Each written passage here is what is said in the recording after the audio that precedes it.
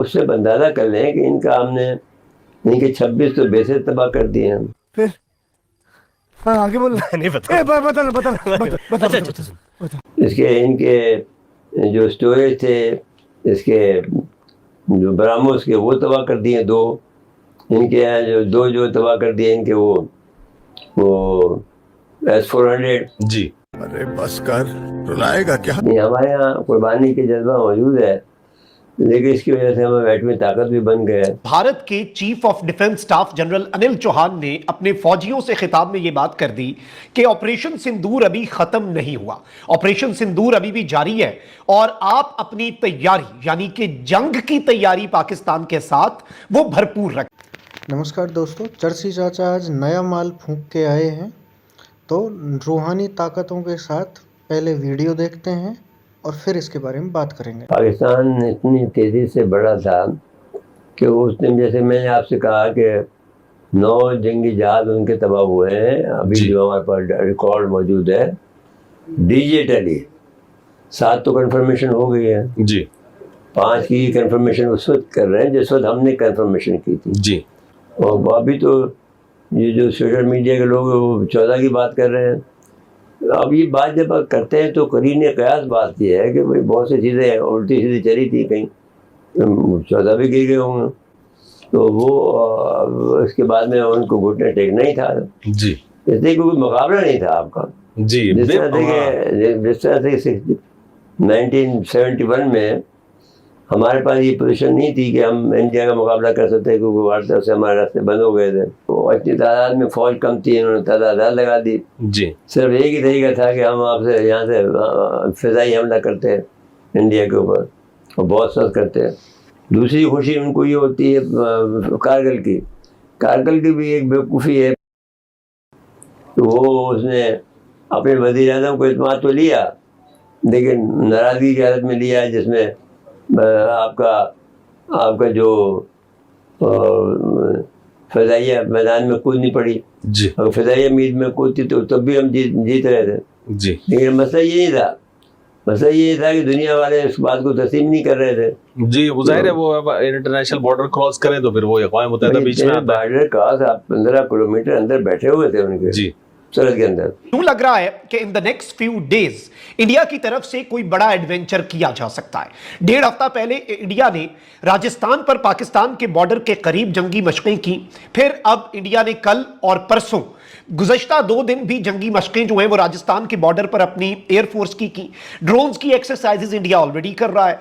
TTP और BLA की funding 10 गुना बढ़ा दी गई है ताकि वो अपनी दहशतगर्दी की कार्रवाइयां बढ़ाएं और पाकिस्तान की इंटेलिजेंस एजेंसीज और आर्मी की अटेंशन डाइवर्ट हो जाए।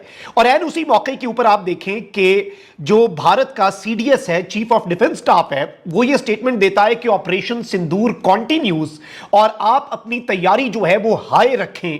और इस सब के अंदर ये जो उसने स्टेटमेंट दी है कि वी शुड बी प्रिपेयर्ड 24/7, दिन के 24 घंटे, हफ्ते के 7 दिन और साल के 365 दिन हमें तैयार रहना होगा पाकिस्तान के साथ जंग के लिए। यह स्टेटमेंट हम इग्नोर नहीं कर सकते। लेकिन आप इंडिया का माइंडसेट देखें कि पाकिस्तान को ऑलरेडी एंगेज किया जा रहा है। लेकिन अब नाज़रीन इकराम, खबर ये आ रही है कि मकबूजा कश्मीर के अंदर, जम्मू कश्मीर में एक आर्मी का जवान जो है वो मारा गया है और 2 जो भारतीय फौज के जवान हैं वो जख्मी हुए हैं। और ये लैंड माइन का ब्लास्ट कहा जा रहा है, यानी कि बारूदी सुरंगें। बारूदी सुरंगें वहां पर कौन बिछाता है? भारतीय फौज ने तो नहीं बिछाई हुई। तो अगर भारतीय फौज ने ये बारूदी सुरंगें नहीं बिछाई तो फिर किसने बिछाई हैं? अब ये इसका इल्जाम भी पाकिस्तान के ऊपर लगाएंगे, क्योंकि गुज़श्ता चंद हफ्तों से भारतीय मीडिया कह रहा है कि जी पाकिस्तान में टेरर के लॉन्च पैड्स एक्टिव हो गए, ये हो गया, वो हो गया। आईओके में जो इंडियन ऑक्युपाइड कश्मीर है, मकबूजा कश्मीर जिसे हम कहते हैं, उसकी सम्मेलन पे हमने तो वो ख़त्म कर दिया ना माहदा इनके साथ में। जी। तो हमने बहुत सी अभी तक 15 किलोमीटर का एरिया कब्जा किया हुआ, तो उसको ये वापस लेने की कोशिश कर रहे हैं लेकिन ले नहीं पा रहे हैं। जी। और आपने रॉ का चीफ भी पराग जैन को लगा दिया। वो क्यों लगाया? रॉ का चीफ पराग जैन को सिर्फ इसलिए लगाया गया ताकि क्या किया जा सके ताकि रॉ जो है वो सिर्फ पाकिस्तान पर फोकस रख सके। यानी इस वक्त इंडिया जो है उसका the only focus of Narendra Modi India is right now Pakistan, और वो अब अपनी पॉलिटिक्स बचाना चाहता है। और ये जो आज अटैक हुआ है कि एक सोल्जर मारा गया है और 2 जो जख्मी हुए हैं अलोंग एलओसी यानी लाइन ऑफ कंट्रोल के ऊपर, अब ये जो है इसे एक वाइडर कॉन्फ्लिक्ट के तौर पर भी भारत जो है, नरेंद्र मोदी का भारत, वो यूज कर सकता है। और नरेंद्र मोदी से हम कोई ज्यादा अच्छे की उम्मीद तो ना इससे पहले हमने रखी, ना हम आइंदा रखेंगे। और इन डेवलपमेंट्स को, हालिया दिनों के अंदर होने वाली अपडेट्स, पाकिस्तान में बढ़ती हुई दहशतगर्दी टू डिस्टेबलाइज पाकिस्तान और अटेंशन डाइवर्जन टैक्टिक्स के अलावा आप उनके सीडीएस की स्टेटमेंट को इक्वेशन में डालें, आज लाइन ऑफ कंट्रोल पर पूंछ में भारतीय फौजी की हलाकत और भारतीय फौजियों के जख्मी होने को इक्वेशन में डालें, और साथ ही जो भारत की जंगी मशकें, ड्रोन एक्सरसाइजेज, ड्रोन्स को जैमिंग से कैसे बचाया जाए, ये सब कुछ इस जानिब एक क्लियर इंडिकेशन है।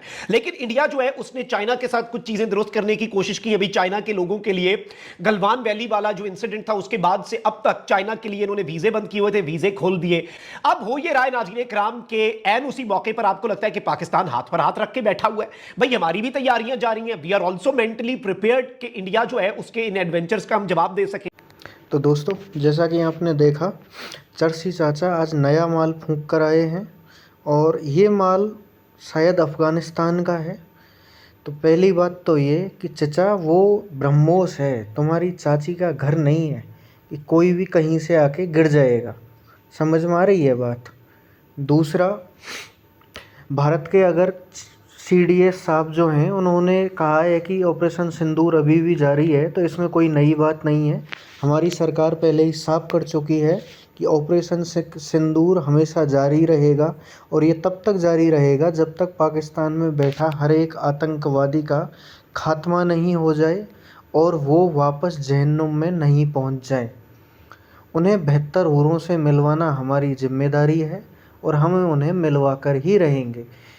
उस टाइम पर केवल सीज फायर किया गया था, यानी कि एक्सचेंज ऑफ फायर बंद रहेगा, लेकिन ऑपरेशन सिंदूर का मतलब है हर एक आतंकवादी को उसकी सही जगह पर पहुंचाना।